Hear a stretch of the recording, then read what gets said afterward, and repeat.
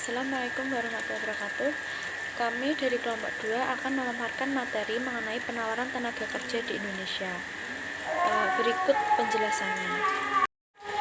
Yang pertama adalah mengenai konsep penawaran. Penawaran adalah suatu hubungan antara tingkat upah dengan jumlah tenaga kerja yang para pemilik tenaga kerja siap untuk menyediakan. Kurva penawaran melukiskan jumlah maksimum yang siap disediakan pada setiap kemungkinan tingkat upah untuk periode waktu. Ada faktor-faktor yang mempengaruhi penawaran tenaga kerja.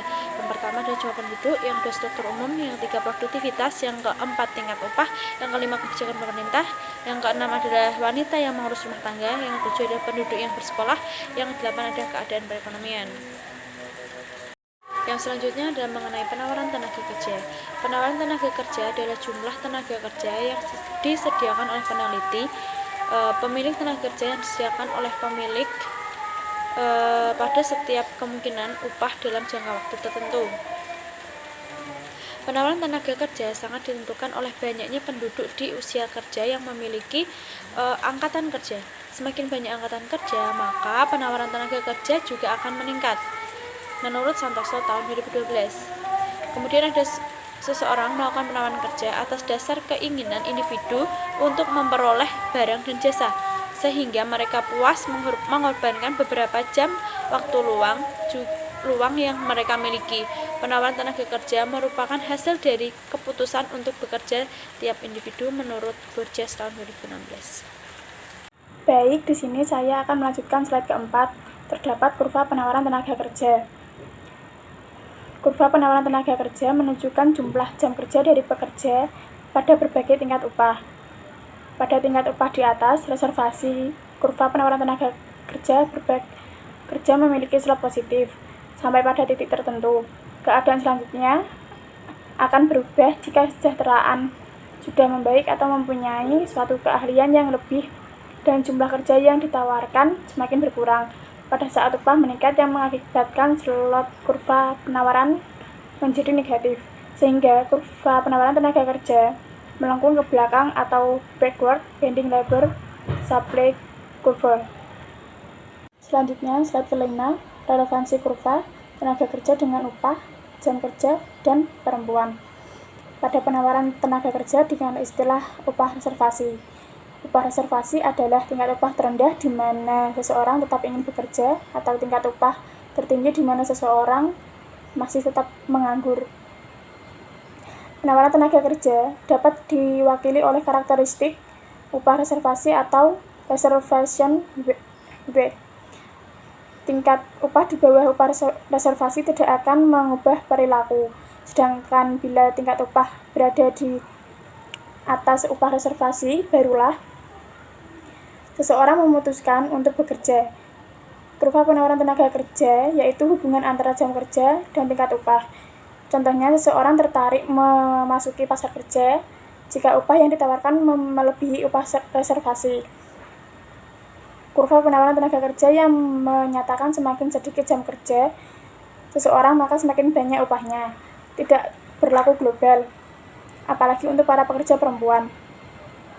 Perempuan bekerja jika dikaitkan dengan maksud kurva tersebut adalah kurang relevan. Dengan jam kerja yang banyak, nyatanya perempuan upahnya sedikit. Contohnya, ibu rumah tangga yang bekerja di kantor dan bekerja pula mengurusi rumah tangga. Dengan demikian, perempuan bekerja sebaiknya dihitung dalam hal kegiatan non-pasar, bukan untuk kegiatan memperoleh pendapatan.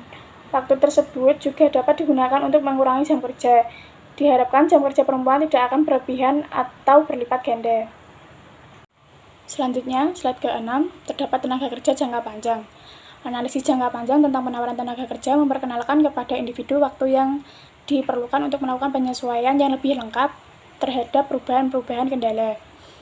Jadi, analisis jangka panjang tentang penawaran tenaga kerja memperkenalkan kepada individu waktu yang diperlukan untuk melakukan penyesuaian yang lebih terhadap perubahan-perubahan dalam lingkungan hidup.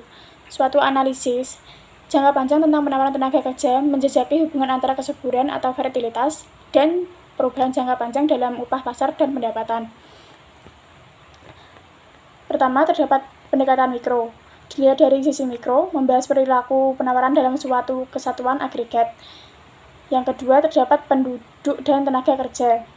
Penduduk yang layak bekerja sebagai tenaga kerja yang dapat dimanfaatkan oleh masyarakat untuk kegiatan produksi atau manpower.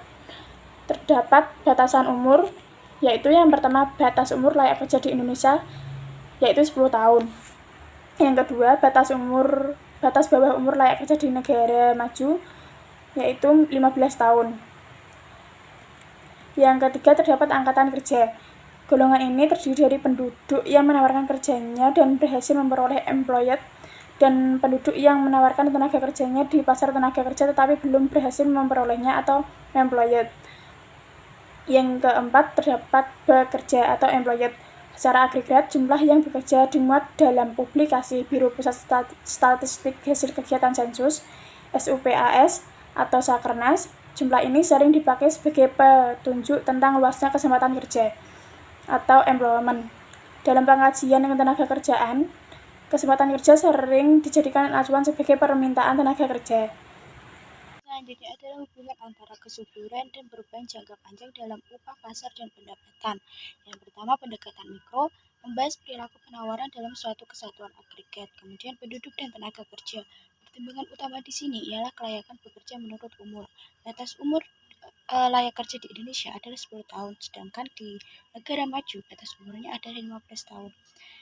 Batas atas usia kerja sudah tidak begitu pasti saat ini. Secara formal, seseorang harus pensiun bila telah mencapai umur tertentu. Namun bila kita lihat sekarang, banyak orang yang di usianya yang sudah harusnya pensiun tapi masih memilih untuk bekerja aktif dalam pasar kerja dan lebih unggul dalam pengalaman kerja. Oleh karena itu, batas ini kurang relevan dalam permasalahan pokoknya. Yang ketiga, angkatan kerja. Tenaga kerja atau penduduk usia kerja mempunyai perilaku beragam menjadi dua golongan, yaitu golongan yang aktif secara ekonomis dan bukan. Kemudian angkatan kerja termasuk golongan yang aktif secara ekonomis. Golongan ini terdiri dari penduduk yang menawarkan kerjanya dan berhasil memperolehnya, dan penduduk yang menawarkan tenaga kerjanya di pasar tenaga kerja tetapi belum berhasil memperolehnya. Selanjutnya, bekerja. Secara agregat, jumlah orang yang bekerja dimuat dalam publikasi Biro Pusat Statistik Hasil Kegiatan Sensus, SUPAS atau Sakernas. Jumlah ini sering dipakai sebagai petunjuk tentang luasnya kesempatan kerja. Dalam pengkajian ketenaga kerjaan, kesempatan kerja sering dijadikan acuan sebagai permintaan tenaga kerja. Selanjutnya adalah penawaran tenaga kerja jangka pendek. Penawaran tenaga kerja dalam jangka pendek merupakan suatu penawaran tenaga kerja bagi pasar di mana jumlah tenaga kerja keseluruhan yang ditawarkan bagi suatu perekonomian dapat dilihat sebagai hasil pilihan jam kerja dan pilihan partisipasi. Jangka pendek yang dimaksudkan adalah sebagai periode waktu di mana tidak mungkin dilakukan sejumlah penyesuaian dan sejumlah keadaan tidak dapat diubah. Lalu pengangguran di Indonesia. Peningkatan jumlah angkatan kerja dipengaruhi oleh tingginya jumlah pertumbuhan penduduk, di mana total penduduk Indonesia pada tahun 2018 bulan Agustus berdasarkan proyeksi penduduk 2010 sampai 2035 diperkirakan sebanyak 265,52 juta orang. Jumlah tersebut mengalami peningkatan sebesar 2,70 juta orang atau 1,41% dibandingkan total penduduk Indonesia pada tahun 2016, yaitu sebesar 128,6 juta orang. Berarti telah terjadi peningkatan jumlah penduduk. Kondisi terus meningkatnya jumlah penduduk akan mengakibatkan bertambahnya jumlah angkatan kerja. Jika tidak diimbangi dengan penyerapan tenaga kerja, maka hal tersebut akan menjadi masalah, yaitu kelebihan penawaran tenaga kerja yang berdampak pada masalah pengangguran. Tingkat pengangguran terbuka pada tahun 2014 yaitu sebesar 7,24 juta orang dengan persentase tingkat pengangguran terbuka 5,94%. Kemudian pada tahun 2015 tingkat pengangguran terbukanya sebesar 7,56 juta orang, bertambah sekitar 110 orang pengangguran dengan persentase tingkat pengangguran terbuka 6,8%. Pada tahun 2016 tingkat pengangguran sebesar 7,3 juta orang, berkurang sekitar 530.000 dibandingkan pada tahun 2015, dengan presentasi tingkat pengangguran terbuka 5,61%. Kemudian pada tahun 2018 tingkat pengangguran terbuka sebesar 7 juta orang, berkurang 40.000. Baik, saya di sini akan menjelaskan grafik tren pengangguran terbuka di Indonesia per Agustus. Tingkat pengangguran terbuka pada tahun 2014 sebesar 7,24 juta orang dengan persentase tingkat pengangguran terbuka 5,94%. Pada tahun 2015, tingkat pengangguran terbuka sebesar 7,56 juta orang, bertambah sekitar 110 orang pengangguran dengan persentase tingkat pengangguran terbuka 6,18%. Pada tahun 2016, tingkat pengangguran terbuka sebesar 7,3 juta orang, berkurang sekitar 530.000 orang dibanding tahun 2015, dengan persentase tingkat pengangguran terbuka 5,61%. Pada tahun 2017, tingkat pengangguran terbuka sebesar 7,3 juta orang. Pada 2011, tingkat pengangguran terbuka sebesar 7,3 juta orang, bertambah sekitar 8,5 ribu orang dibandingkan tahun 2016. Dengan persentase tingkat pengangguran terbuka turun menjadi 5,50%, dikarenakan jumlah angkatan kerja pada tahun 2017 meningkat. Pada tahun 2018, tingkat pengangguran terbuka sebesar 7 juta orang, yaitu berkurang 40.000 dengan persentase tingkat pengangguran terbuka 5,34%. Potret tenaga kerja di Indonesia. Jika jumlah penduduk Indonesia adalah 208 juta jiwa, sementara jumlah penduduk angkatan kerja 106 juta jiwa, maka jumlah penduduk bukan angkatan tenaga kerja adalah 102 juta jiwa. Ini berarti jumlah pengangguran 11 juta jiwa.